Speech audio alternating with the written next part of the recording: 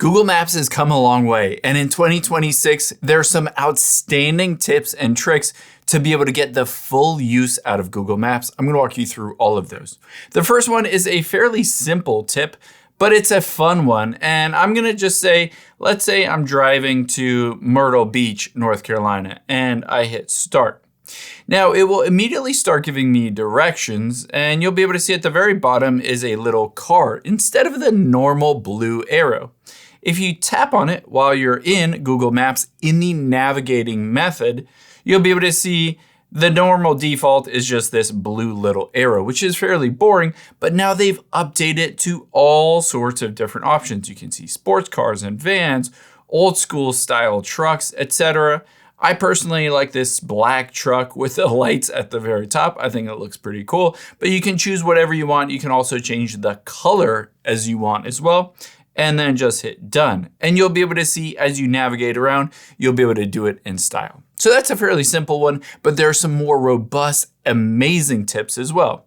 You'll be able to see as you start navigating at the very top right is now a Google Gemini button. This Google Gemini button allows you to do a ton of things. I'll give you some examples. If I tap on it and say, hey, what is the traffic looking like on my route and what is the weather? Am I going to run into any rain or a cloudiness or anything on the drive? And essentially it'll start thinking and the traffic on your route to Myrtle Beach is looking good. It's currently same as usual with only light delays, and you should arrive in about 3 hours and 10 minutes. As for the weather, you can expect a mix of sun and clouds with a high near 80 degrees.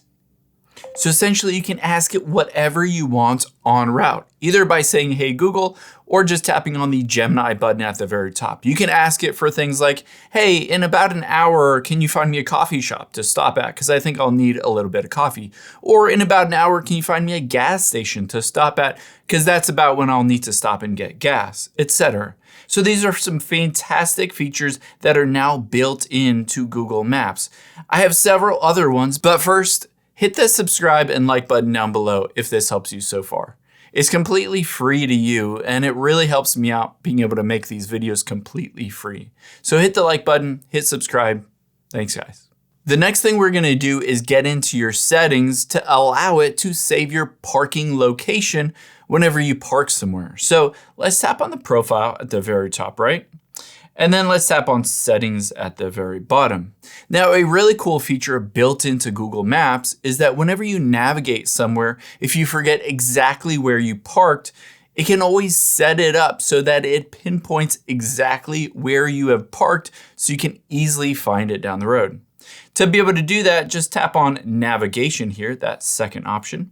And then we're gonna scroll down. You'll be able to see as I scroll down, under parking options, it says automatically save parking. Save where you parked, where you're connected to USB or Bluetooth on your phone, from your phone to your car.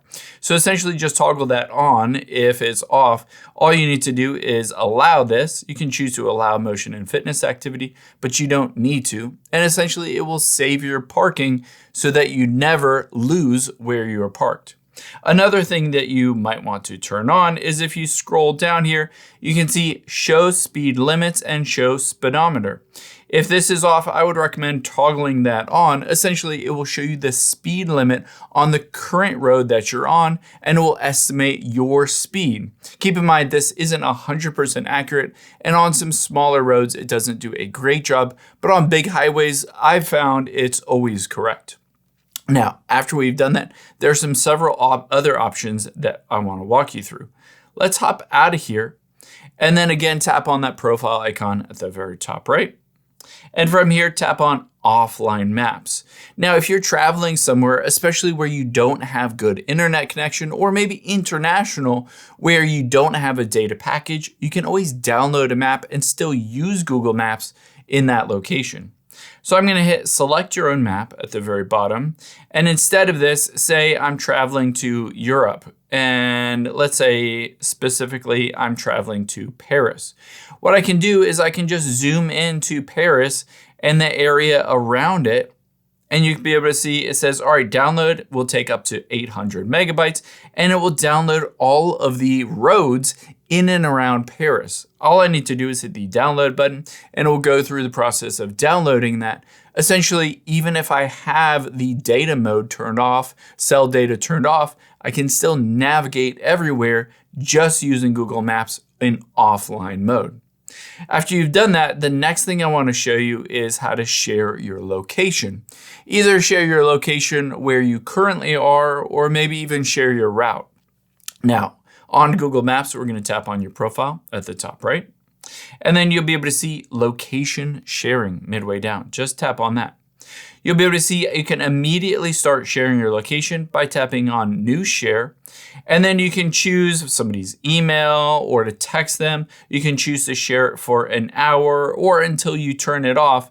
Essentially, it will always share your current location. Or if you're meeting up with somebody, you can share your location for, say, an hour. If you just want to make sure that you know where that person is and they know where you are, this is great if you're meeting up in a crowd or if you're on vacation and you just want to make sure that you'll be able to find each other after walking down the beach or something like that. So I hope these tips and tricks helped. Again, if it did, hit the like button down below. Hit subscribe. It really helps me out.